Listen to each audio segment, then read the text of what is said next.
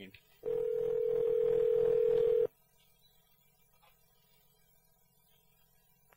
Hello? Hi there, it's Estin from Hit the Floor magazine. I got an interview with Chris at about this time. How's it going, man? Is it you? Hello, how are you, alright? This is me. I'm me. It's hard to believe. How are you, alright? Good, how you doing? Very well, thanks, very well. Is it alright to start now then? Yep. Brilliant. Okay, so you guys are about to start your UK tour. I'm assuming you're pretty excited?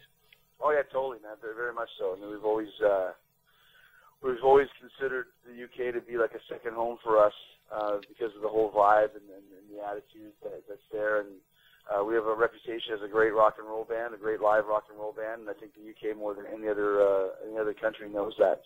So the best fans in the world for sure. As I read the other day, Richard said about the quote was, "How excited am I about returning to Britain? Where do I even begin? The birthplace of heavy metal, the home of proper football, pub games, curries, treacle sponge pudding, and the craziest metal fans on the planet." So do the rest of the band enjoy football and curries as well? Yeah, it took me a while to get into curry. I wasn't a big fan. I did a lot of touring in Japan over the years, and curry is very big over there too. And just it's like all the band would go for Indian food, and I would like, I'm not going for Indian food. And then I'd end up sitting by myself doing nothing. So I was like, okay, I'll go for Indian food. So then I started getting into a little bit more. And then Rich Ward is a huge football fan, and we're actually going to go see a Manchester United game when we get when the tour begins. I think the day we play in Manchester, there's a football match in Manchester that day, so we're going to go check it out. So it's going to be my first one, so I'm excited. Looking forward to it. Do you know who they're playing against? Oh, they're playing West Bromwich Albion. West Bromwich Albion. Oh, right.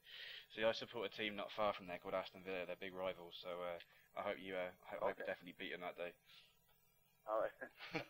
It'll be an experience. See if you can join in with some of the chants they have there as well. It's pretty cool. Oh yeah, I love some of those. You ever get your fucking head kicked in? That's my favorite. Yeah, that's a good one. That's a personal favourite of mine as well.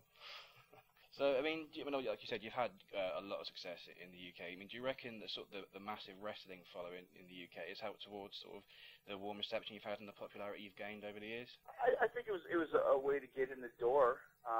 But once again, it's like I think at this point, after 10 years of doing this, if people weren't into the band and the music that we're playing, they really probably would be done with us at this point after doing so much touring and 4 records in at this point in time. So I think that the fact that there's a lot of Chris Jericho fans is what really helps in wrestling, in Fozzy, and everything in between.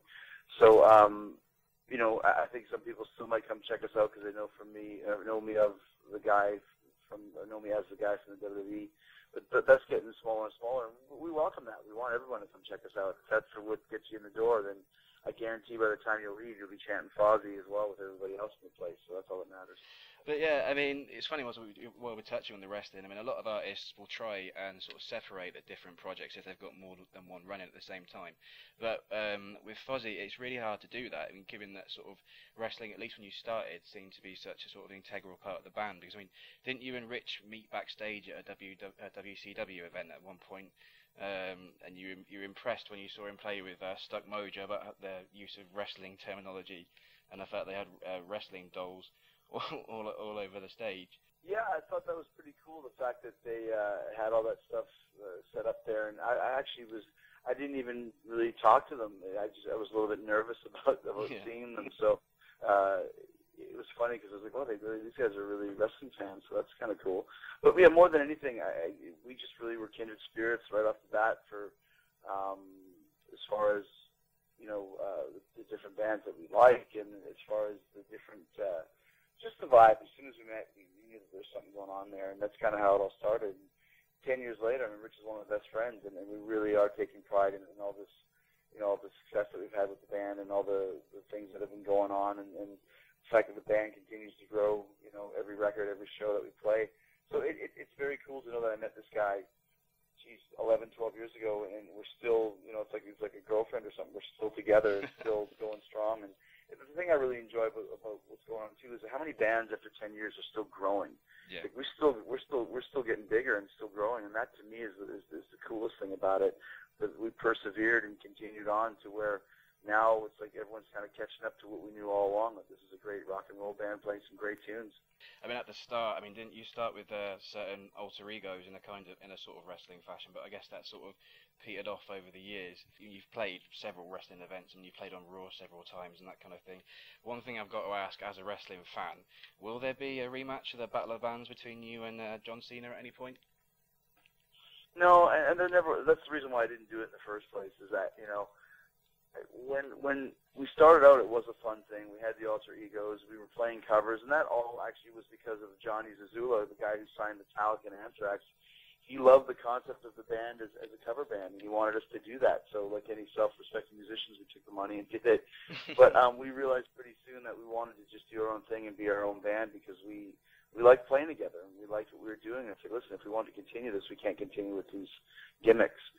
So, and that's when I kind of distanced myself from the WWE and Fozzy, because I knew that because I played such a villain on TV that people would automatically hate my band because they're supposed to.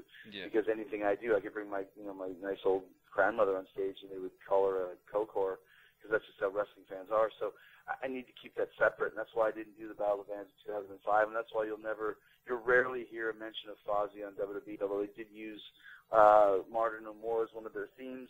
And whenever they do that, we don't focus on the fact that Jericho is the singer of the band, because I'm just too hated to be able to do that. If I was ever a good guy again and we had an album out, then it might be a different story. But as far as it goes right now, you have to really be careful about keeping church and state separate, because you don't want people to get the wrong impression about what it is exactly that we're doing. Your most recent studio album, obviously you've had the live album as well, that is Chasing the Grail. But I was reading the other day that Richard said with this album it was the first time that he kind of put everything to one side and just focused solely on Fozzy, which helped him to concentrate and focus. I mean, can it be hard, obviously, with your wrestling schedule and obviously your TV work and other things that you do, to sort of allocate that amount of focus to record an album? Well, not really. I mean, we took our time with Chasing the Grail because we knew that we really could make a difference with this album, because of all the momentum we got from All That Remains. So Rich and I really made sure that it was right. We took our time. We wanted to, write the right songs and get the right promotional team behind it, get the right record company behind it. So we weren't really in a rush, so it wasn't like, oh my God, it's taking up so much of my time. We recorded the record over about 6 or 7 months, and we just worked on it and kept reconfiguring it until it was right.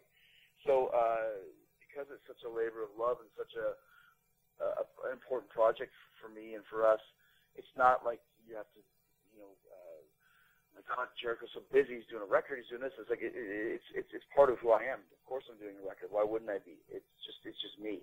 That's the type of person I am, to be busy, but especially for this, because I love this band. I love playing music. It's what I've been doing since I was 14 years old. So I'm going to make sure that when we do a record, that we do it right, and I'm going to spend the time on it that it takes to get it right. I mean, would you agree that it's your best performance so far vocally? Well, absolutely, absolutely. I think keeping in mind all the gigs that we have under our belt and all the studio experience I have, and I took some extensive lessons right after we finished recording All That Remains. During that recording of that record, I was having some not issues, but there's some things that I wasn't doing that I wanted to be able to do better. So I went and took some lessons, and they paid off in spades. Especially you can see that on this record. So I think more important than anything, I've really found my wheelhouse of what it is and who I am as a singer now. I know what my range is. I know what my sound is. And I know where I feel most comfortable. And I think that's why the record turned out so well, because I'm doing things exactly where I need to be doing them, not overstepping the boundaries, and just really laying in the performances I knew I could lay in with a lot more emotion and feel than I ever had in the past as well. Where do you see things going next for Fozzy? Well, I think just to continue to do what we're doing. Like I said, the wave of momentum that we're riding right now is bigger than we've ever had. Chasing the Grail was huge for us as far as charting as a record, and just the relationships we've accrued from this record within the industry with other bands. M. Shadows from Avenged Sevenfold just texted me the other day and told me that he bought Chasing the Grail and he's digging it. So it's like there's a lot of people that are listening to this band that have never heard the band before, and we were ready for it. We knew that sooner or later, if you're sticking around after all these years, that people, when they're ready to check us out. But we'll be waiting, and that's why we made this record so good. Really wanted to make sure that it made an impact because we knew that a lot of people would hear this that had never heard the band before. So, you know, like I said, all of these, kind of all the fruit lined up, and the slot machine is starting to really pay off. So just to continue to record and tour as much as we can and go to a lot of different places that we haven't been and go to a lot of places that we have been and just continue to spread the Fozzy, as we like to say. Have you got any message for the UK fans that we're waiting to hear in October? Like I said, man, that we're just ready to come over there and just really kick some ass and have some fun. It's the most energetic,